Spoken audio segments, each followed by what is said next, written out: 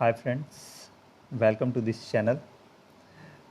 ये वीडियो जो है हमारा एसएससी CHSL 2024 के इंग्लिश का सॉल्यूशन होने वाला है और ये है 2 जुलाई के 4th शिफ्ट का सॉल्यूशन। इससे पहले हम लोगों ने 7 शिफ्ट का सॉल्यूशन कर चुके हैं। अगर आपने अभी तक नहीं देखा है तो जाके देख सकते हैं प्लेलिस्ट में। तो चलिए आज के ये वीडियो स्टार्ट करते हैं। फर्स्ट क्वेश्चन है appropriate fill in the blanks है। Blank bed you sleep in is broken. वो बेड जिस पर तुम सोते हो वो क्या है, टूटा हुआ है। तो ये स्पेसिफाई कर रहा है उसी बेड को जिस पे आप सोते हो। तो उसके लिए क्या होता है, ये डेफिनेट, ये निश्चित है। तो इसके लिए डेफिनेट आर्टिकल द का यूज़ किया जाता है। The bed you sleep in is broken, वो क्या है, टूटा हुआ। नेक्स्ट है हमें जो है करेक्ट टेंस खोजना है। I have met my friend yesterday. यहाँ पर एक वर्ड है यस्टरडे और एक है हैव। हैव क्या होता है, प्रेजेंट टेंस में होता है। यस्टरडे पास्ट के लिए होता है। तो ये सेंटेंस गलत है। कौन सा सेंटेंस सही है, चेक करना होगा। Have been meeting, had been meeting, sorry had been beating, have been meeting, was meeting, met my friend. जब यस्टरडे दिया हुआ है इसका मतलब ये पास्ट में ही होगा। ये तो फिक्स, हम लोग यस्टरडे को चेंज नहीं कर सकते क्योंकि ऑप्शन में यस्टरडे दिया हुआ ही नहीं है कहीं पे। तो यस्टरडे को रखना होगा, चेंज करना होगा। क्या, हैव मेट माई फ्रेंड की जगह क्या आएगा। तो हैड बीन मीटिंग, या हैड बीन मीटिंग अगर लिखते हैं तो मैं मिल रहा था, ऐसा हो जाएगा। और फिर तब फिर सिर्फ यस्टरडे नहीं कर सकते हैं, उसके पहले जो है सिंस यस्टरडे फिर लिखना होगा। और सिंस पहले से दिया हुआ नहीं है, वो लगा नहीं सकते हैं, तो ये वाला भी नहीं होगा। इसमें भी सेम वही वाला बात है कि ये प्रेजेंट में है, लेकिन ये हैव है। एक तो प्रेजेंट में, दूसरी बात अगर ये आता तो वहाँ पर भी सिंस या फोर का यूज़ होता, तो ये भी नहीं होगा। वॉज मीटिंग भी नहीं कर सकते हैं। वॉज मीटिंग अगर लिखेंगे तो यहाँ पर जो है यस्टरडे से पहले वॉज मीटिंग माई फ्रेंड नहीं, मिल रहा था मेरे दोस्त से, ऐसा मीनिंग आ जाएगा। यस्टरडे मैंने अपने दोस्त से मिला, तो इसके लिए आ जाएगा I met my friend. Verb two simple past में ये होगा। ये किस में होगा, सिंपल पास्ट में होगा, सिंपल पास्ट टेंस में होगा। नेक्स्ट देखते हैं। नेक्स्ट है अप्रोप्रिएट वर्ब को खोजना है इसमें। The that MacBook belong to Xavier. That MacBook, MacBook कितना है यहाँ पे, एक ही है, एक मैकबुक का बात किया जा रहा है, ये सिंगुलर है। इसके लिए इसके बाद क्या आना चाहिए, वर्ब 5 का यूज़ किया जाना चाहिए। सिंपल प्रेजेंट टेंस में सब्जेक्ट के बाद क्या आना चाहिए, सब्जेक्ट के बाद वर्ब 1 या वर्ब 5 और उसके बाद फिर ऑब्जेक्ट आता है। तो वर्ब 1 या वर्ब 5 किसके अकॉर्डिंग, सब्जेक्ट के अकॉर्डिंग आता है। यहाँ पर सब्जेक्ट सिंगुलर है, द मैक बुक, तो यहाँ पर बिलोंग्स आना चाहिए। बिलोंग्स किस में है, इसमें है, तो ये वाला सेंटेंस सही होगा। नेक्स्ट देखते हैं। नेक्स्ट है ग्रामेटिकल एरर हमें ढूंढना है। The teacher was taken back by the audacity of the new student. Teacher जो है क्या था, हैरान था या आश्चर्यचकित था। The audacity of the new student, नए स्टूडेंट के ऑडेसिटी से, मतलब ऑडेसिटी मतलब उसके दुस्साहस से। उसके लिए हैरान होने के लिए होता है टेकन बैक नहीं, इसके लिए वर्ड होता है टेकन अबैक। यहाँ पर होना चाहिए टेकन अबैक। टेकन अबैक का मतलब होता है हैरान होना या आश्चर्यचकित होना। तो किस पार्ट में गलती है, बी में। बी है फोर्थ ऑप्शन में। इसके लिए इसका मीनिंग भी मैं लिख देता हूँ। टेकन अबैक का मतलब होता है हैरान होना, हैरान होना या आश्चर्यचकित होना। नेक्स्ट क्वेश्चन देख लेते हैं। कंप्रीहेंशन है। It is generally blank that the methodology of teaching learning is the concern of teachers only. सामान्यतः जो है ऐसा माना जाता है कि मेथडोलॉजी जो है, जो कार्य प्रणाली है टीचिंग का और लर्निंग का, पढ़ने पढ़ाने का, is the concern of teachers only. ये सिर्फ किससे संबंधित है, टीचर्स से संबंधित है। यहाँ पर कुछ वर्ड्स है जो मैं बताना चाहता हूँ। ये एक वर्ड है कंसर्न। कंसर्न का मतलब होता है, कंसर्न का मतलब होता है संबंधित होना। कंसर्न का मतलब होता है संबंधित होना, ठीक है। या नहीं तो इसका मतलब मामला भी होता है, मामला, ठीक है। तो ये किसका कंसर्न है, ये है टीचर्स का कंसर्न, ये बताया जा रहा है। तो ऐसा जनरली माना जाता है कि इंग्लिश क्या हो जाएगा, विश। विश का मतलब तो होता है इच्छा रखा जाता है, यहाँ पर तो होगा नहीं ये। होप का मतलब आशा रखना, प्लान का मतलब योजना करना, बिलीव का मतलब माना जाता है, ठीक है। बिलीव का मतलब माना जाना, माना जाना। एक और वर्ड था आगे जो मैंने देखा, ये एक वर्ड था मेथोडोलॉजी। इसका भी मीनिंग देख लेते हैं। मेथोडोलॉजी का मतलब होता है कार्य प्रणाली। मैथोडोलॉजी इसका मतलब होता है कार्य प्रणाली।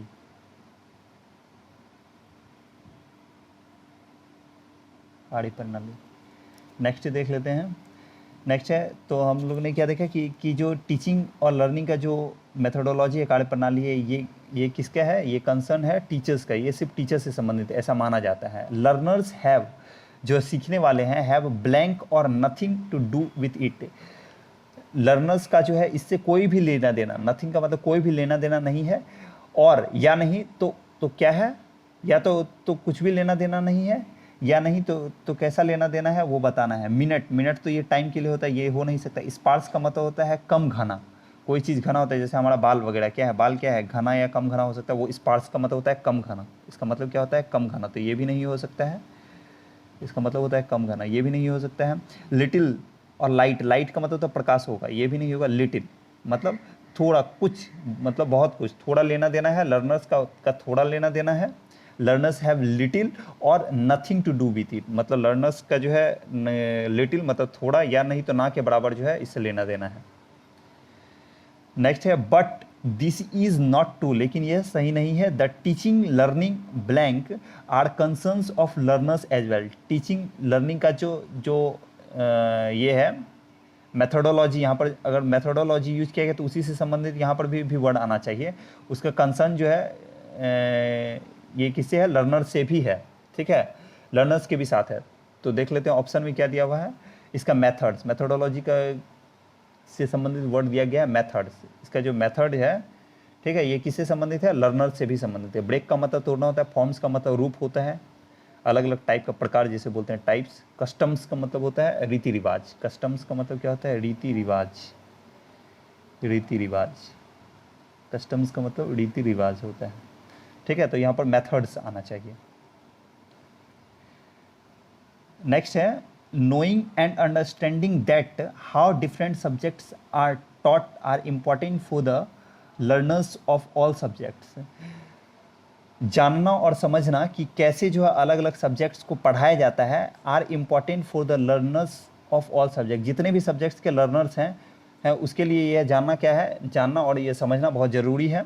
बट लेकिन it has more blank for the learners of physical education. लेकिन ये ज़्यादा क्या है?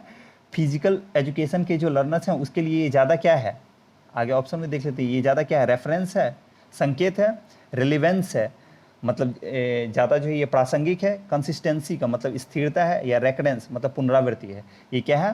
प्रासंगिक है। ये ज़्यादा सुटेबल है, इसका सिनोनिम्स होता है सुटेबल। ये ज़्यादा सुटेबल किसके लिए है? समझना और जानना कि कैसे पढ़ाया जाता है, ये फिजिकल एजुकेशन के जो हैं उसके लिए ज़्यादा सुटेबल है, प्रासंगिक। प्रासंगिक। नेक्स्ट देख लेते हैं। तो हम लोग ने देखा knowing and understanding that how different subjects are taught are important for the learners of all subject. सभी सब्जेक्ट के लर्नर्स के लिए इंपॉर्टेंट है, but it has more relevance for the learners of physical education. Physical education के learners के लिए ये ज़्यादा रिलेवेंस है, ज़्यादा प्रासंगिक है। When we talk about you as learners of physical education, जब हम बात करते हैं आपके बारे में किसके रूप में? एक लर्नर्स के रूप में फिजिकल एजुकेशन। फिजिकल एजुकेशन के इसके शैक्षिक जो मैं शैक्षिक में बोल रहा हूँ, जो शारीरिक शिक्षा है उसके रिलेटेड लर्नर्स के रूप में जब मैं आपकी बात करता हूँ, वी मीन हमारा मतलब है दैट कि you have actually participated in the subject area, कि आपने वास्तव में जो है सब्जेक्ट एरिया पे जो है विषय वस्तु पे जो है पार्टिसिपेट किया है, सम्मिलित हुआ है आपने। Rather than blank studied it, किसके बजाय? ज़्यादा इसे स्टडीड करने के बदले, ज़्यादा इसे अध्ययन करने के बदले। तो क्या ज़्यादा के लिए क्या हो जाए? मैरली, केवल इसे पढ़ने के बदले। प्योरली, शुद्ध तरीके से। हार्डली, बहुत ज़्यादा। इंटायरली का मतलब संपूर्ण तरीके से। मतलब यहाँ पर हो जाएगा मैरली, केवल इसे पढ़ने की अपेक्षा मैरली होगा। अगर हम यहाँ पर ऊपर मैरली लिखते हैं तो इसका मीनिंग क्या हो जाएगा? इसका मैरली के लिए इसका मीनिंग हो जाएगा, अगर हम जो है आपकी बात करते हैं फिजिकल एजुकेशन के लर्नर के रूप में, तो हमारा मतलब है कि you have actually participated in the subject, कि आपने सब्जेक्ट में क्या किया है? एक्चुअली वास्तव में पार्टिसिपेट किया है, rather than merrily studied it rather than merrily studied it, मतलब केवल इसे पढ़ने के बजाय आपने ज़्यादा इसे क्या किया है, पार्टिसिपेट किया है। तो मैरिली का मतलब क्या होता है, केवल। मैरिली का मतलब होता है केवल, ठीक है। इंटायरली का मतलब होता है संपूर्णतया या संपूर्ण, इंटायरली का मतलब संपूर्ण। हार्डली प्योरली तो पता ही होगा सबको। नेक्स्ट है एंटोनिम्स, अंडरलाइन वर्ड का बताना है। डल का मतलब होता है सुस्त, डल का मतलब होता है सुस्त, तो इसका एंटोनिम्स क्या हो जाएगा, डाइवर्टिंग, डाइवर्टिंग का मतलब होता है मनोरंजक, चार्मिंग सुंदर, प्लॉडिंग परिश्रमी, राइवेटिंग मतलब राइवेटिंग का मतलब होता है दिलचस्प। तो क्या होना चाहिए यहाँ पर, प्लॉडिंग परिश्रमी। जो सुस्त होगा उसका अपोजिट क्या होगा, परिश्रमी होगा। प्लॉडिंग का मतलब होता है परिश्रमी, परिश्रमी। इसके लिए और भी कुछ वर्ड होता है जैसे एसिडुअस, एसिडुअस, एक और वर्ड मेरे माइंड में आ रहा है डिलीजेंट, डिलीजेंट, और भी ढेर सारे सिनोनिम्स हैं। राइवेटिंग का मतलब क्या होता है, राइवेटिंग का मतलब होता है, राइवेटिंग का मतलब होता है दिलचस्प, ठीक है। चार्मिंग का मतलब सुंदर, डाइवर्टिंग का मतलब होता है मनोरंजक, डाइवर्टिंग का मतलब क्या होता है, मनोरंजक। मैं इसे भी लिख देता हूँ डाइवर्टिंग, DIVERTING, डाइवर्टिंग का मतलब होता है मनोरंजक।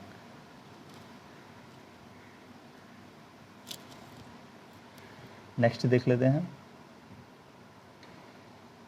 बोल रहे हैं मोस्ट अप्रोप्रिएट ऑप्शन खोजना है जो कि कोलोकेट्स करे। कोलोकेट का मतलब होता है जो अर्थ बताए, किसका अर्थ बताए, विश। विश का मतलब क्या होता है, विश का मतलब होता है इच्छा रखना, विश का मतलब होता है इच्छा रखना।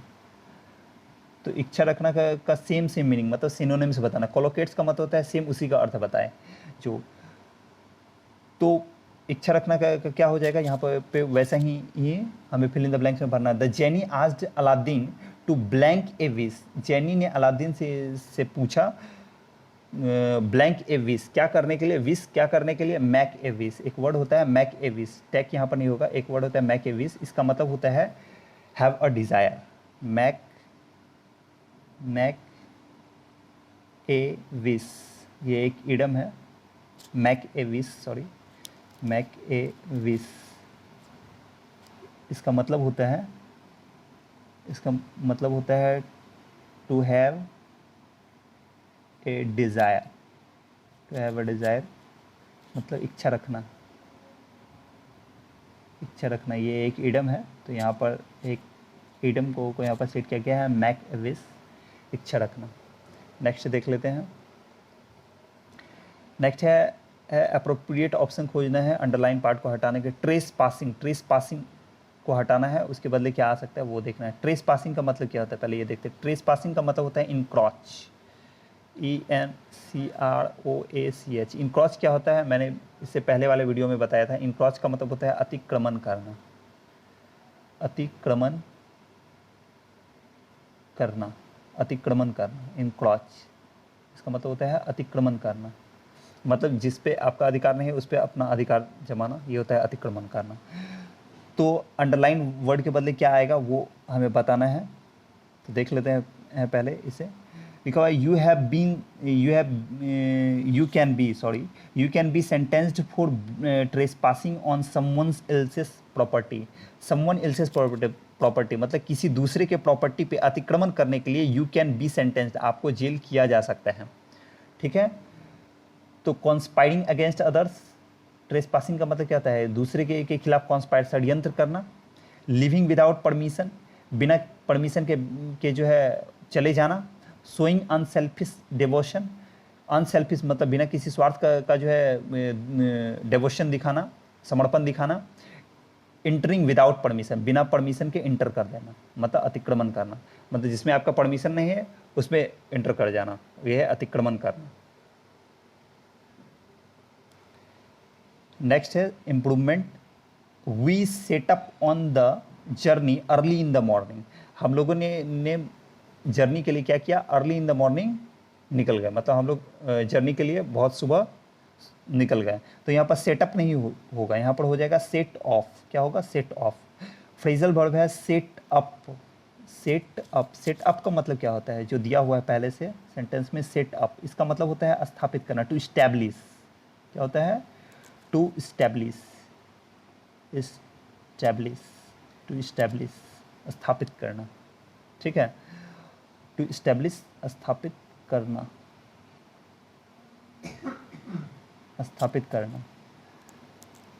ठीक है, लेकिन यहाँ पे जो है क्या आना चाहिए, सेट ऑफ आना चाहिए, सेट ऑफ आना चाहिए। इसका मतलब क्या होता है, सेट ऑफ का मतलब होता है, सेट ऑफ इसका मतलब होता है यात्रा प्रारंभ करना, यात्रा प्रारंभ करना, यात्रा, यात्रा आरंभ करना, यात्रा आरंभ करना होता है। सेट अबाउट का मतलब क्या होता है, सेट अबाउट का मतलब होता है कोई भी काम प्रारंभ करना, कोई भी काम स्टार्ट करते हैं तो वो सेट अबाउट होता है। सेट इन का भी मतलब होता है कुछ भी, ये काम नहीं, ये किसी भी चीज़ को शुरू करने से रिलेटेड होता है। सेट इन का मतलब शुरू करना होता है। नेक्स्ट देखते हैं, एप्रोप्रिएट ऑप्शन बताना है अंडरलाइन सेगमेंट के लिए। The fire alarm go on, इसे पूरा पढ़ना होगा।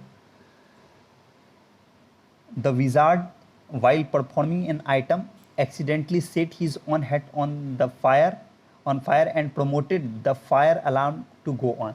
विजार्ड जो है जादूगर जब क्या कर रहा था, परफॉर्म कर रहा था किसी चीज़ को, एक्सीडेंटली अचानक क्या हुआ, set his on hat on fire, अपने ही टोपी में क्या किया, अपने ही के हैट में वो आग लगा दिया। एंड प्रोमोटेड, और प्रमोट किया the fire alarm to go on, fire alarm को गो ऑन करने के लिए। गो ऑन का मतलब होता है शुरू होना, चलना, जारी रखना। फायर अलार्म को जारी रखने के लिए क्या किया, प्रमोट किया। एक वर्ड है यहाँ पे set his on head on fire, इसका मतलब क्या होता है, इसके set something, set something on fire, इसका मतलब होता है, सेट समथिंग ऑन फायर का मतलब होता है किसी चीज़ में आग लगा देना। समथिंग की जगह यहाँ पर कुछ भी आ सकता है, हैट, कैप, कुछ भी, किसी चीज़ में आग लगाना। ठीक है, किसी चीज़ में आग लगाना होता है इसका मतलब। और हमें यहाँ पे रिप्लेस जो करना है, अब उसके बारे में देख लेते हैं। यहाँ पे है the fire alarm to go on, fire alarm को गो ऑन करने के लिए शुरू करते हैं। अब देखो यहाँ पर द फायर अलार्म सब जगह है, the fire alarm to, the fire alarm to सब में है, हर एक ऑप्शन में। यहाँ पर हमें रिप्लेस करना है go on, go away, go of, go under और गो अबव। तो यहाँ पर क्या किया, ये फायर अलार्म को शुरू कर दिया, वहाँ पर फायर अलार्म को प्रमोट किया, क्या करने के लिए, गो ऑन करने के लिए। गो ऑन का मतलब जारी रखने के लिए। गो अवे का मतलब क्या होता है, गायब हो जाना। गो अवे का मतलब गायब हो जाना है, चले जाना। गो ऑफ का मतलब होता है विस्फोट हो जाना, गो ऑफ का मतलब विस्फोट हो जाना। गो अंडर का मतलब होता है असफल हो जाना या डूब जाना।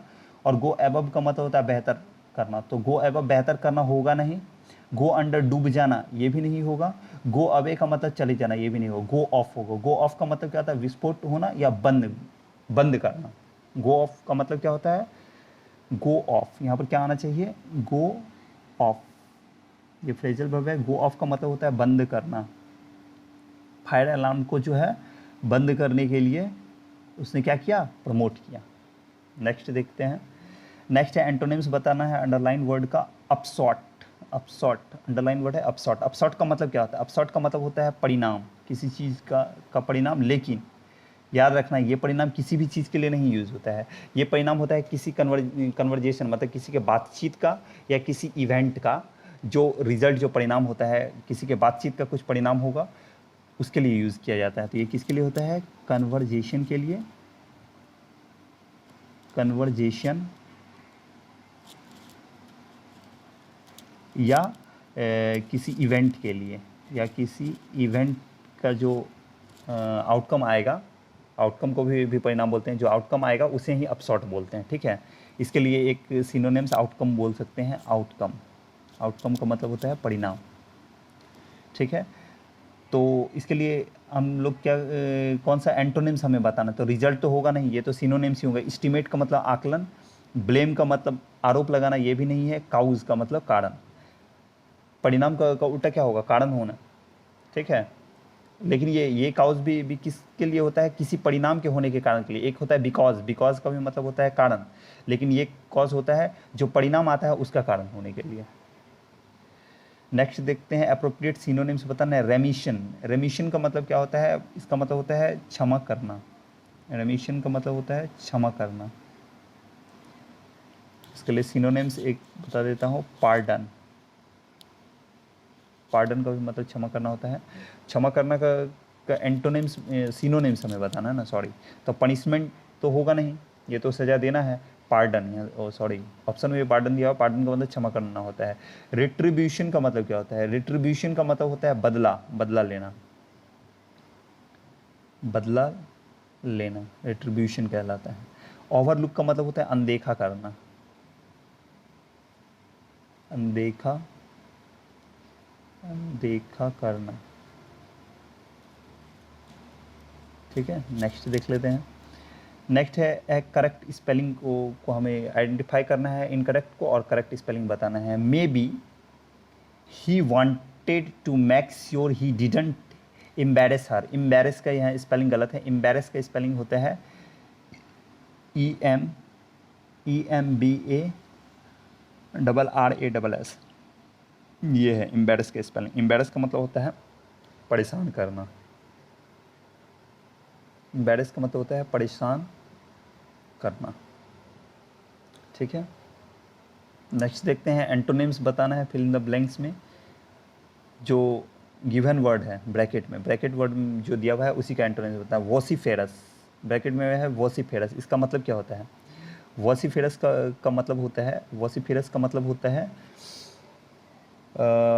वोसिफेरस, वोसिफेरस का मतलब क्या होता है? ये तो मेरे भी माइंड से निकल रहा है थोड़ा। वॉसिफेरस का मतलब होता है कोलाहलपूर्ण। क्या होता है? कोलाहलपूर्ण, सॉरी। वॉसिफेरस का मतलब होता है कोलाहलपूर्ण, या नहीं तो कर्कश, इसे कर्कश भी बोलते हैं। कोलाहलपूर्ण या कर्कश। इसके लिए एक सिनोनिम्स होता है कैकोफोनी, कैकोफोनी, कैकोफोनी। ठीक है, तो इसके एंटोनिम्स बताना है। मतलब अगर कोलाहल हो रहा है तो इसका अपोजिट क्या होना चाहिए? शांति, पीसफुल होना चाहिए। असर्टिव का मतलब होता है सुनिश्चित। पॉलिटिकल का मतलब राजनीतिक। बायस्ड का मतलब पक्षपाती। माइल्ड का मतलब होता है नर्म या मृदुल। तो यही होना चाहिए। पीस वगैरह अगर रहता तो वो होता पीसफुल, शांतिपूर्ण। नेक्स्ट देखते हैं। नेक्स्ट है अंडरलाइन वर्ड के लिए को रेक्टिफाई करना है, हमें सुधार करना है। ठीक है, सेंटेंस में अकरेंस। अकर का मतलब क्या होता है? अकरेंस का मतलब होता है घटित होना। अकर का मतलब होता है घटित होना, किसी घटना का घटित होना अकरेंस कहलाता है, किसी भी चीज़ का। तो अकरेंस का स्पेलिंग बताना है हमें। स्पेलिंग एरर है। अकरेंस का स्पेलिंग क्या होता है? OCCURRENCE।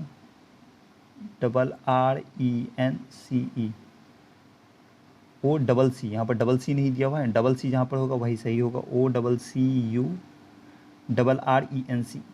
अकरेंस सबसे पहला वाला सही है स्पेलिंग। ठीक है, बाकी सब पे स्पेलिंग गलत है। नेक्स्ट देखते हैं। नेक्स्ट है जो अंडरलाइन सेगमेंट है उसे सब्स्टिट्यूट करना है। उसके बाद जो आएगा उसे देखते हैं। अक्रॉस का मतलब क्या होता है? अक्रॉस का मतलब होता है चारों ओर। अक्रॉस का मतलब होता है चारों ओर। अक्रॉस का मतलब होता है चारों ओर। बिटवीन का मतलब होता है बीच में। थ्रू का मतलब होता है से होकर। थ्रू का मतलब होता है से होकर। जैसे I will go to school through the market. तो वहाँ थ्रू मतलब मार्केट से होकर जाऊँगा, तो वो थ्रू मतलब से होकर। ओवर का मतलब होता है ऊपर। अवे का मतलब होता है दूर। ये सारा प्रीपोजिशन यहाँ पर कौन सा होगा वो पूछा जा रहा है। तो it will take 2 hours to walk across the forest. Forest के चारों ओर घूमने में क्या लगेगा? 2 घंटे लगेगा, ये बता रहा है। फॉरेस्ट के बीच में घूमने में 2 घंटे लगेगा, बीच के लिए तो हो ही नहीं सकता ये। फॉरेस्ट के ऊपर ऊपर तो घूम नहीं सकते। फॉरेस्ट से दूर घूमने में, जब दूर घूमेंगे तो फिर फॉरेस्ट का यहाँ बात ही नहीं होगा। या यहाँ पे और अक्रॉस पहले से दिया होता है, अक्रॉस तो होगा नहीं, तो कोई एक ऑप्शन चुनना था, वो होगा थ्रू, से होकर। अगर हम फॉरेस्ट से होकर जाते हैं तो क्या लगेगा? 2 घंटे लगेंगे। नेक्स्ट है सिनोनिम्स बताना है अंडरलाइन वर्ड का। एज्यूम, एज्यूम का मतलब होता है मानना। एज्यूम का मतलब मानना, सपोज करना, सपोज। लेट करना, ये भी बोल सकते हैं, लेट मानना, ठीक है। तो इसके लिए क्या सिनोनिम्स बताना, गिव का मतलब तो देना होता है, टेक का मतलब लेना, थिंक का मतलब सोचना, अलाउ का मतलब होता है मानना। यहाँ पर अलाउ हो सकता है, कैसे हो सकता है, यहाँ पर मीनिंग क्या दे रहा है, ये सेंटेंस के अकॉर्डिंग होगा, let us assume that we will do the job honestly. मानते हैं कि हम लोग जो है जॉब क्या करेंगे, ऑनेस्टली करेंगे, नहीं सॉरी, यहाँ पर जो है सेंटेंस के मीनिंग के अकॉर्डिंग अलाउ नहीं आना चाहिए, यहाँ पर थिंक होना चाहिए। थिंक का मतलब सोचना, लेटस थिंक होगा, लेटस थिंक, हम लोग सोचते हैं कि that we will do the job honestly, हम लोग जॉब को क्या करेंगे, ऑनेस्टली, ईमानदारी पूर्वक करेंगे। नेक्स्ट देखते हैं, नेक्स्ट है जो इडम दिया हुआ है उसके अप्रोप्रिएट मीनिंग बताना है, ऑन इट्स लास्ट लेग्स। इसका मतलब क्या होता है, ऑन इट्स लास्ट लेग का मतलब होता है बुरे स्थिति में, बुरे स्थिति में, बुरे स्थिति में, in a bad situation, in a bad situation और कंडीशन, कुछ भी सिचुएशन, ठीक है, इन ए बैड सिचुएशन। तो कहाँ पर दिया हुआ है, इन ए बैड कंडीशन, यहाँ दिया हुआ है, ठीक। नेक्स्ट देखते हैं, नेक्स्ट है एंटोनिम्स बताना है, अंडरलाइन वर्ड का टाउडी। टाउडी का मतलब होता है घटिया, टाउडी का मतलब क्या होता है, घटिया या भड़कीला।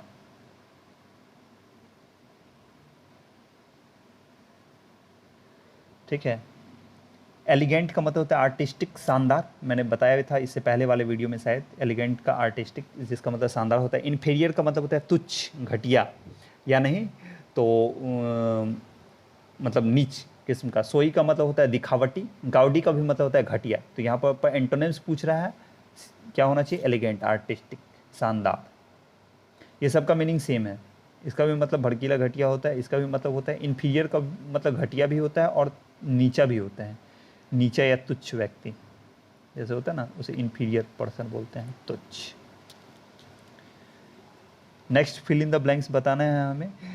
सी could easily eat the blank biryani herself, वह जो आसानी से खा सकती है कौन सी बिरयानी, हर सेल्फ, पूरे ही बिरयानी को। तो पूरे के लिए क्या आना चाहिए, होल, होल का मतलब पूरा। ये हॉल का मतलब होता है सभागार जिसमें सभा किया जाता है, ये होल का मतलब होता है छिद्र, ये हाउल का मतलब होता है ढोना, किसी चीज़ को कठिनाई से ढोना, कठिनाई से ढोना, हाउल, कठिनाई, सॉरी, कठिनाई से ढोना, कठिनाई से ढोना, ठीक है। ये हॉल होना चाहिए, ये हॉल का मतलब होता है संपूर्ण, संपूर्ण या पूरा, होल का मतलब पूरा, संपूर्ण या पूरा। ये होल का मतलब छिद्र होता है, HOLE, HOLE, होल का मतलब होता है छिद्र। और HALL, हॉल का मतलब होता है सभागार। नेक्स्ट देखते हैं, और लास्ट क्वेश्चन है ये हमारा, अंडरलाइन सेगमेंट के बदले कौन सा एडमेटिक एक्सप्रेशन सही है, कौन सा एडम्स सही होगा। यहाँ पे एडम्स का हमें सिलेक्शन करना है। इट फील्स लाइक, ऐसा लगता है, I made a promise of more then my ability, कि मैंने जो प्रॉमिस किया है ये मोर देन माई एबिलिटी, मतलब मेरी एबिलिटी से ज़्यादा है, मेरी योग्यता से ज़्यादा। When I promised to complete this worksheet in one day, जब मैंने प्रॉमिस किया इस वर्कशीट को क्या करने, कंप्लीट करने का एक दिन में।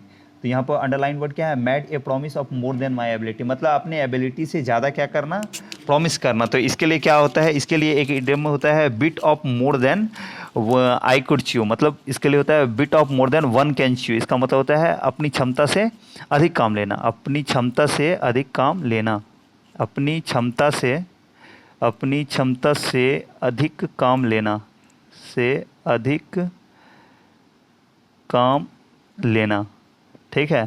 तो ये हमारा था लास्ट क्वेश्चन। इसमें हम और अदर जो एडम्स दिए हुए हैं, ये सभी एडम्स हैं, इसके meaning beat my brains out, beat one's brains out का मतलब होता है भरसक प्रयास करना, किसी चीज़ के लिए जी जान लगा देना। बिट द ड्रम का मतलब होता है, मतलब किसी भी चीज़ के लिए जो है ना समर्थन देना, लिख के या बोल के, ऐसा होता है बिट द ड्रम। मतलब इसका मतलब ये हुआ to say or write things that strongly support someone or something. और एक है burnt a hole in my pocket, मतलब किसी चीज़ को खर्च करने के लिए उतावला होना, जैसे पैसे या ऐसा चीज़ जो आपकी ज़रूरत का नहीं है उसे खर्च करने के लिए उतावला होना बंट ए होल इन माई पॉकेट होता है। तो thanks for watching this video, and if you like this video do share, subscribe and like. और इस क्लास से रिलेटेड PDF चाहिए तो आप हमारे Telegram channel SSC English by Satish को विज़िट कर सकते हैं। थैंक यू, मिलते हैं अगले वीडियो में।